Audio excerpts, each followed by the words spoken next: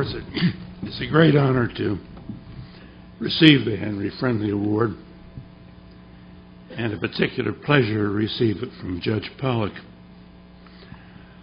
I've known Lou for more than 60 years and always admired his extraordinary intelligence, his scholarship, his courtesy, his integrity, and his honesty, and most of all, perhaps, his modesty. But I've never been able to figure out how, with all those qualifications, he became a judge.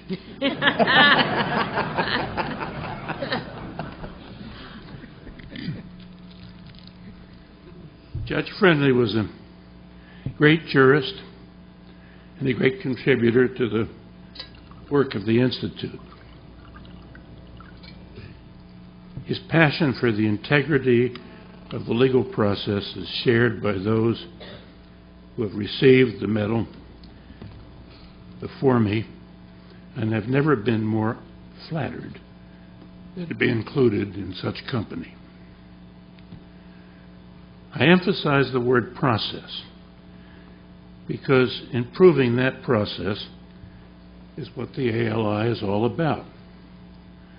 The process is designed to ensure that the policies incorporated in legal rules are administered fairly and objectively and fairly and with understanding, whether the dispute is private, between private parties, or between private parties and the government. The focus is upon actual or potential disputes, and in a sense, the lawyers are prone to see matters adversarially from the viewpoint of their clients. But the process governing disputes is neutral, designed to bring out the facts and relate it to those principles as objectively as possible, and to be fair with respect to the policy reflected in those principles. The system works quite well because largely the rules are known and accepted by the parties, and the lawyers know how independent judges are likely to rule in the great majority of cases. Words, of course, are slippery, and their application to certain sets of facts are not always clear. Keeping that area of uncertainty as narrow as possible in the selection of the better of competing rules is what the ALI seeks to do. I make this fairly obvious point, so much better made by Judge Lavelle, only to make another. The legal process is an essential foundation to our political system. It's not designed to make the policy that law embodies, although it cannot avoid doing so marginally when a judge or the ALI selects one contention over another. Where the issue is the reach of broad language of the Constitution, it may, of course, have major policy consequences, whichever way it's decided. But, at least in theory, law made in this fashion is regarded as incidental to the legislative process, not a part of it, and the integrity of the legislative process depends on the legal process maintaining an apolitical ethic. For virtually all of my lifetime, keeping policy abreast rapid technological and social change has unhappily diminished the capacity and the willingness of legislatures to play effectively their dominant policy role. Inability to face up to difficult and often controversial issues has had two obvious effects. First, more and more power has been delegated to or claimed by the executive, whose modest constitutional job is to carry out the law, not to make it. And secondly, increasing efforts have been made to expand the bite of existing law and thus determine policy through judicial decision when on constitutional grounds, often, and also in determining the reach of regulatory policy. Now, it's unavoidable that as the world grows smaller and trade and business become more international, that the presidential leadership is necessary. That doesn't make the Founding Fathers wrong in fearing a strong executive as a threat to democratic freedoms or to the legal process, which would then cease to be neutral.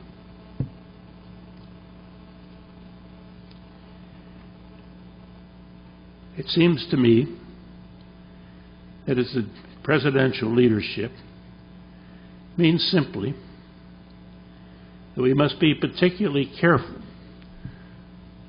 to ensure that the executive acts within the law and that his leadership is used to persuade the Congress or the legislature to enact the laws he perceives as important for reasons of public policy,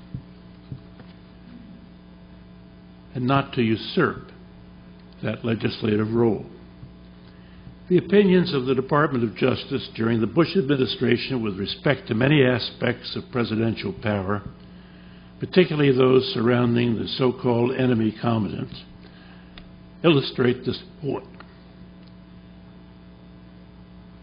Opinions as to the treatment of these people, especially, of course, the sanctioning of torture, were scarcely models of objective legal reasoning. Apparently, the Attorney General and his subordinates thought it their function to attempt to find arguable justification for what the President thought was in the public interest. But the job of a lawyer rendering advice is not to seek to satisfy the client's wishes, but is to inform the client as objectively as possible what the law requires or permits and make every effort to ensure compliance. I think that's the lawyer's duty, whoever the client is, a public official or a private enterprise, and however anxious the lawyer is to please the client. The advice should be informed, honest, and as objective as possible.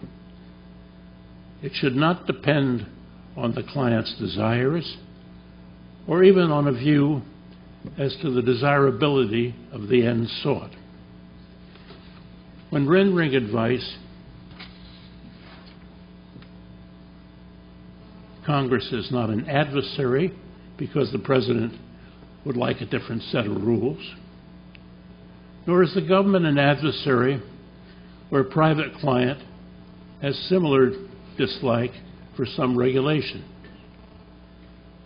In an important sense, lawyers are protecting the political system's insistence that policy is a function of legislation and that all public officials and private citizens have an obligation to comply with its rules, whether they like them or not.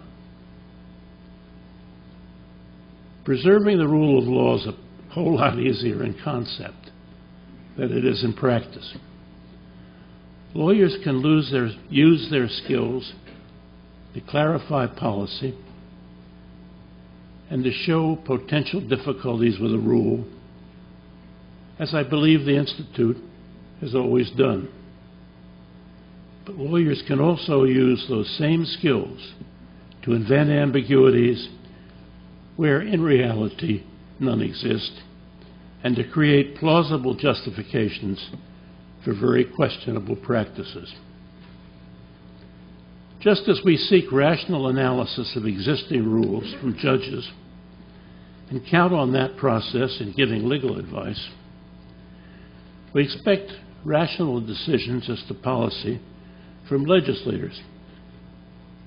That requires at least a measure of independence. But from voters, not from voters, but from those with a financial stake in the policy under consideration. And the obvious difficulty with making our political system work is not information, but put simply, it's money. Money in any form to the decision maker affects rationality, and I do not believe in the distinctions between contributions, gifts, and bribes works very well. Legislators, like judges, must have some freedom from monetary independence. Monetary dependence, and we must find ways to take that dependence on money out of the system, and the cost of doing that is trivial compared to the cost of not doing it. The problem of giving sound, objective legal advice becomes difficult because we lawyers traditionally have always been concerned about the best interests of the client. And many CEOs today feel passionately about governmental regulation, which they sincerely feel to be excessive and unnecessary. Accordingly, they feel no moral compunction in trying to avoid the law. They aren't unlike the government official who feels that torture is essential to the public interest. It isn't easy to tell such a client to obey the law, and it's a whole lot easier to seek some plausible excuse for non-compliance which appeals to a client and which he may, even knowing its risks, accept. The difficulty of giving advice to the client that the client doesn't like is compounded when the lawyer has a monetary stake beyond the fair value of his time. I read recently in the newspaper that the Association of General Counsel, a group which, unlike the ALI, does not leave the client outside the door, advocates that all legal fees should be based on results. And such a proposal makes me frankly concerned for the integrity of the process. Whenever the Attorney General stretches arguments supporting the law to please his client, he's politicizing the process. Whenever a judicial candidate is appraised on factors other than his or her professional competence and independence, in an effort to promote a preferred policy, the legal process is being politicized. I'm also suggesting that whenever a lawyer rendering legal advice to any client, which is influenced by the client's policy preferences, that lawyer too is politicizing the process. The process isn't perfect, but it's dangerous to exploit its imperfections. So I want to thank you all for listening to the concerns of an old man, to thank you for the honor that's being bestowed on me, to thank you for the integrity that you have so consistently demonstrated in improving and preserving the legal process. And I not only take pride in receiving the Friendly Medal, but I take particular pride in the association of many years with all of you.